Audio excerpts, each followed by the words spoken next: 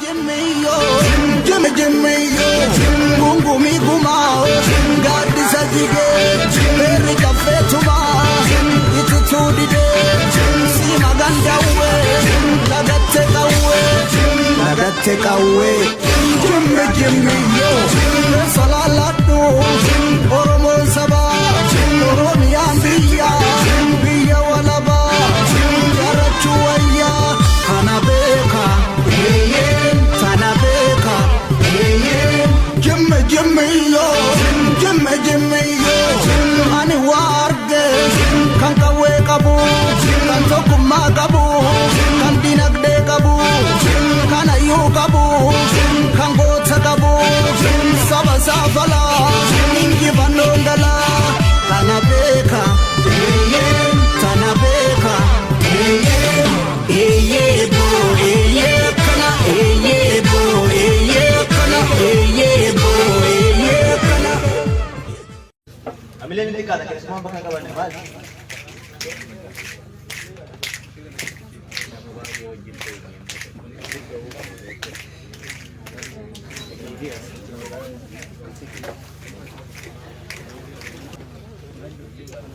Boleh. Sagantakan je galla. Sagantakan je kalau pada masa saya tadi dia galla. Tapi gara-gara ni jera ya di mana kisah jera. Hasar kondala olana abau bobo jalmarun pintar kamu asa cupisa salah sani gege sina kenapa ambil mal pakai kami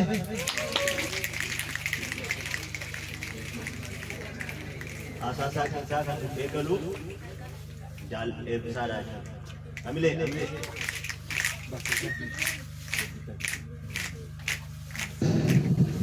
Kambutan ये उल्काने तो हासबत इंदरबी जालन मरीदमनी यादन्नो दकीका यर्दु गुना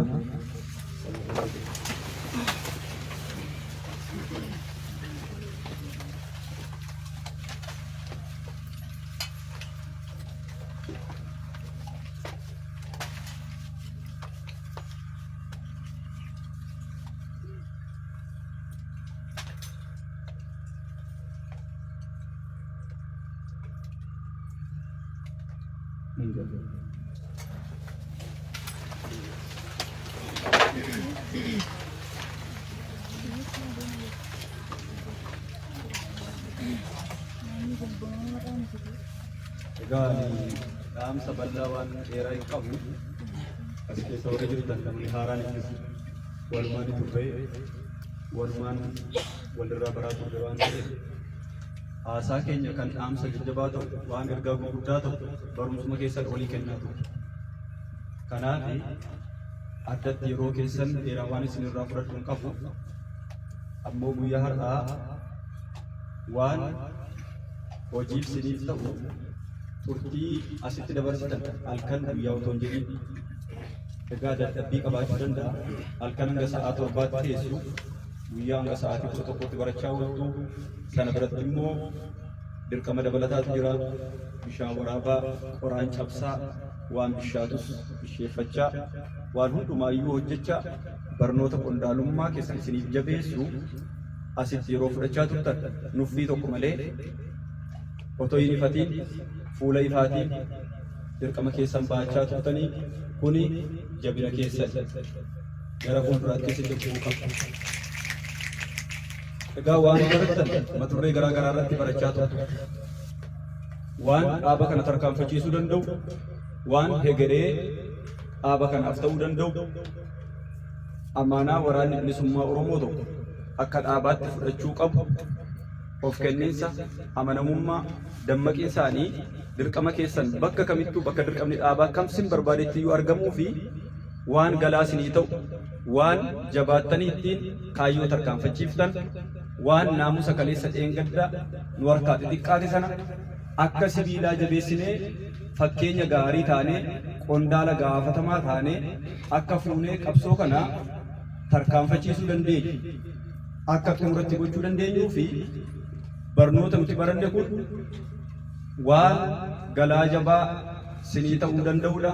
Dhaabis hamma dandeettii isaa barnoonni egaa kana qofaatiin hin hafu ittuma fufu ammaaf garuu waan qondaala tokkoof hin barbaachisa jedhee dhaabichi itti amane isin barsiise isin qixxeesse inni hafummoo dirqama keessani inni hafummoo dirqama keessanii hojiitti kun immoo dirqama keessanii jaallan warra lafa kana toon dhufii nafan warra bor hoogganuuf deemtan hawaasa keessa sochootan barnoota amma barattan kana hojiitti akka hiiktan shakkii tokko sinirraa hin qabu abdii guddaan sinirraa qabu. Egaa isinis waan dhaabi keessan kanaan qabsoo tarkaanfachiisaa jedhee isin barsiisi hidhannoo mudhiin lolaa turtan loltaniis injifachaa turtan sadarkaa ganda aanaa hanga godinaatti injifannoo gurguddaa galmeessaa turtan meeshaa xiqqaa hanga guddaatti hiikaa turtan haa ta'uuti injifannoo galmeessaa turtan sana biratti maaltu nu hanqatee akka dhaabaatti waan amma itti jirru kana jabeessinee tarkaanfachiisuuf galmaan ga'uuf hidhannoon sammuu barnoonni qondaalummaa nu barbaachisaa miseensa waraanaa kana barbaachisaa jaarmiyaan tokko jabaatee jaarmiyaa jabaa ta'uu fi barnoota isaa fi malutu jira barnoonni kunis immoo sadarkaan kennamaa ammaaf barnoonni qondaalummaa kun sadarkaa ammarra jirutti nu hanqataa kanaaf immoo itti guuttachuu qabna jedhee akka dhaabaatti dhaabi sagantaa baase kana itti milkaa'aa jira kana keessaa isinis qooda qabdu waan hidhannoo sammuu kaleessa qabnu irratti amma immoo dabalataan akka jabeeffannu akka bilchinaan qabsoo kana tarkaanfachiifnu hidhannoo mudhiitiin waan diina jilbeeffachiisaa jiru kan sammuutiinis immoo irra caalaa galma ga'iinsa qabsoo kanaaf jabaannee hidhannoo sammuu kana itti dabalannee yeroo gabaabaa keessatti waan dhiigitti dhangala'ee lafeen itti cabee gudunfaa akka itti goonuuf dhaabi dirqama isaa ba'e isinis kana booddee barattaniittu dirqama keessan ba'uuf yeroo kamittiyyuu caalaa qophii taatanii argamuu qabdu haalli isin hin daangessiin yeroo kam keessattiyyuu bakki dirqamni dhaabaa isin barbaade kamittuu waan barattan kana hojii hiikaa dhaamsi koo jabaan isuma kana jabaadhaa injifannoo uummata Oromoo. Amilee kennaa fi amilee.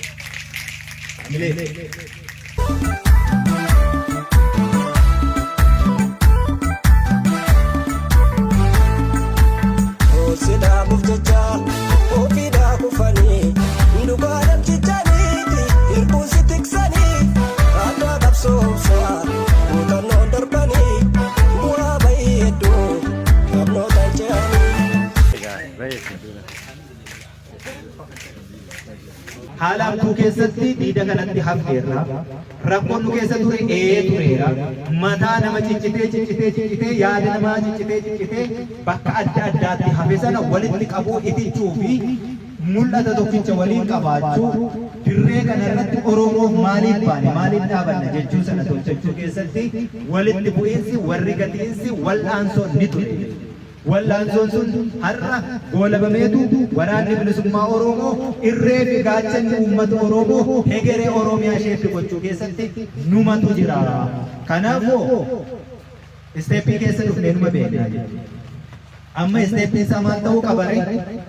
Qawwee dhukaasuu hidhannoo mudhii qabaachuutiin cinaatti hidhannoo sammuus qabaachuun yeroon isaa waan ga'eef waraanni bilisummaa Oromoo kaleessa wanti gochaa turre hedduutu jira.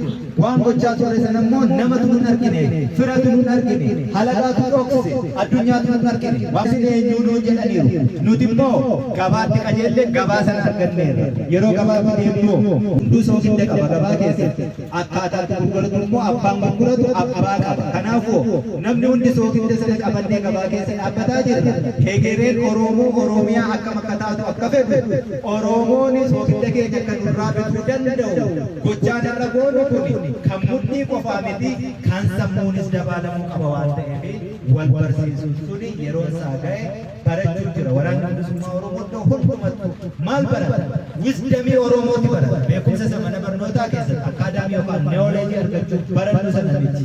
Beekumsa tapha siyaasaa waraanaa sammuu Oromoo fi Oromummaa kan biyya Oromiyaaf taatu akkuma bara dhufaa darbaa hireen nu harkaa muluqu sun akka nu harkaa miliqne jechuudha.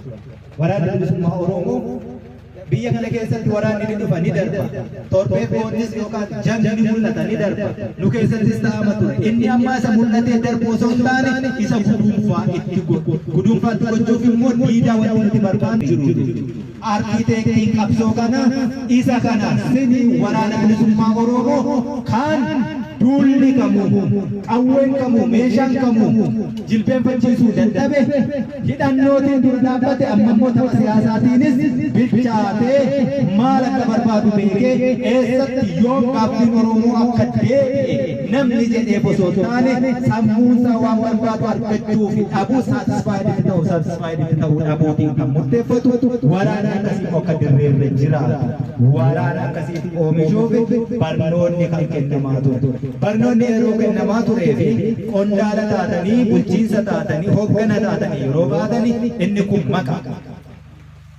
kun maqaa tiyooriitiin addunyaa kanarratti dooktara baay'eetu jira inni sun taayitilii riyaalitii yookaan lafarratti ammoo namni dhukkuba namaa yaalee fayyisu yoo barbaadde taayitiliitiin dooktarri 1000 miiliyoonaa sun ni xiqqaata.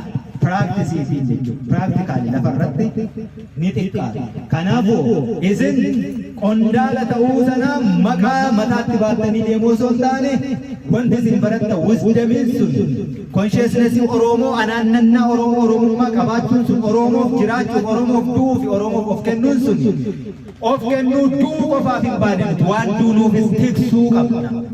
Kaawuziin nuti duunuufi jira kaawuziin sun immoo tikfamuu danda'u turre jira kana kan isin hubachuu qabdan qondaalli kuma ta'uu miti kan nu barbaachisu Oromoon akka Oromootti waan barbaadu beekuu fi waraanni bilisummaa Oromoo ija Oromoo ta'ee Oromoof waan barbaachisu akka barbaachisutti galmaan gahuuf waraanni bilisummaa Oromoo gaharra arkiiteektara sana ta'eetu dirreerra jira eessaarraa homaayyuu barbaadu akkuma barbaadutti waan Oromoof barbaachisu galmaan ni gaha akkasuma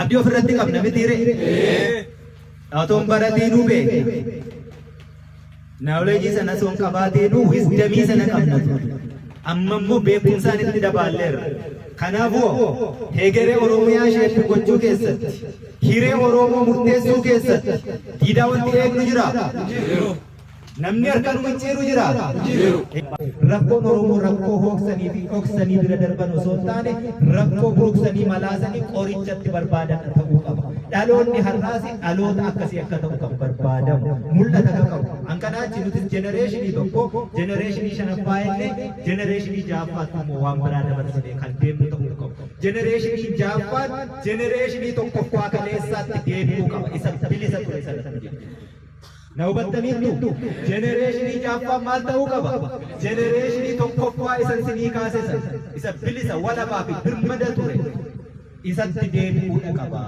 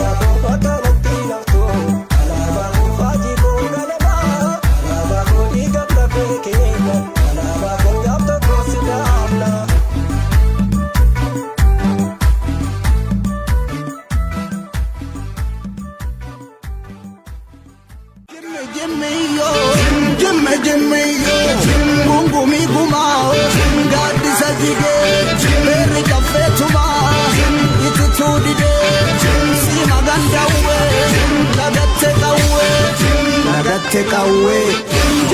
jimmi yo salaladu